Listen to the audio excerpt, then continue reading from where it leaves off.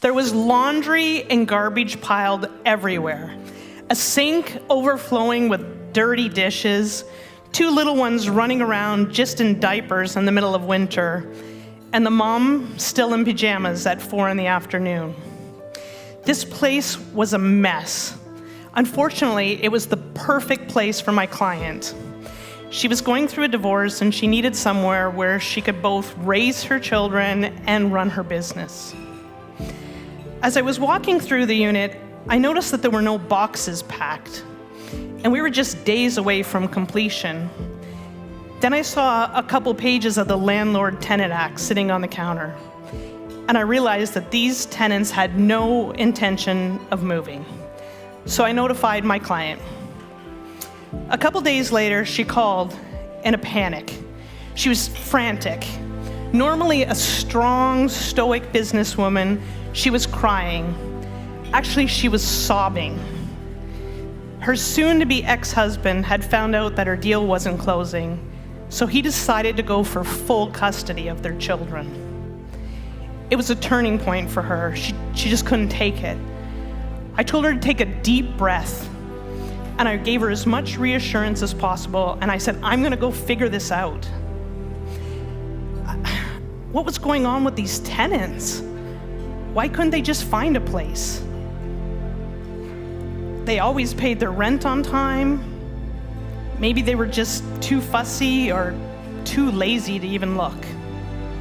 So I made a couple of calls and I found a place, and it was vacant. It was perfect. So I went over and knocked on the door. The tenant answered, once again in pajamas, 2 little toddlers still in diapers by her side. I said, this deal is supposed to close tomorrow. My client's supposed to move in, and we're told you're not because you can't find a place. So I found one for you. It's great. It's larger. It's cheaper. I have movers. I have packers. I have everything that we need to make this happen today. She looked at me puzzled. She said, do you know what's going on? I said, yes, I was told you couldn't find a place, so I found one for you. I'm gonna make it easier for you. I just want this to be a win for everyone. She said, I can't move today. So I pulled out a checkbook and I said, what's it gonna take? Do you want $1,000? 2,000? How much is it gonna take for you to move today? If my client doesn't move in tomorrow, she's gonna lose custody of her children. Do you understand? I'm sorry, that's terrible. I can't even imagine, as she pulled in one of her little ones a little closer. She said, but I really don't think you understand what's happening here in the situation that I'm in. I said, what do you mean the situation that you're in? She said, do you know why you've never been able to see the main bedroom upstairs? I said, I don't know, I just assume that your husband's a shift worker and that's why he's always sleeping when we come. She said, no. My husband has cancer. He's dying. The priest was here last night. In that moment, I felt like the worst human being on the planet. I thought I knew what was going on, but I didn't have a clue, and I never asked. I didn't show up with compassion. I showed up with a checkbook, assuming that money would fix everything. I felt this big. She kept, I stood there and I said, what can I do? How can I help you? And she kept apologizing to me, saying, what can I do? I can't move him. He's gonna pass any time. I ran to the store, I grabbed them some groceries, I dropped them off, and I just went and sat in my car. And I cried. I couldn't help either of them. The situation was hopeless. The next day at 6 a.m., I received a phone call from the tenant. Her husband had passed during the night.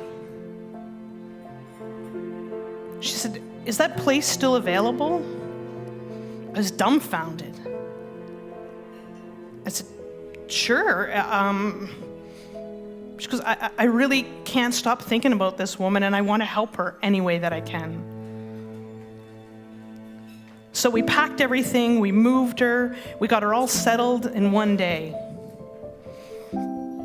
It all worked out. The date closed, my client didn't lose custody of her children. Several months later, I ran into the girl working at the grocery store. She said, "Do you remember me?"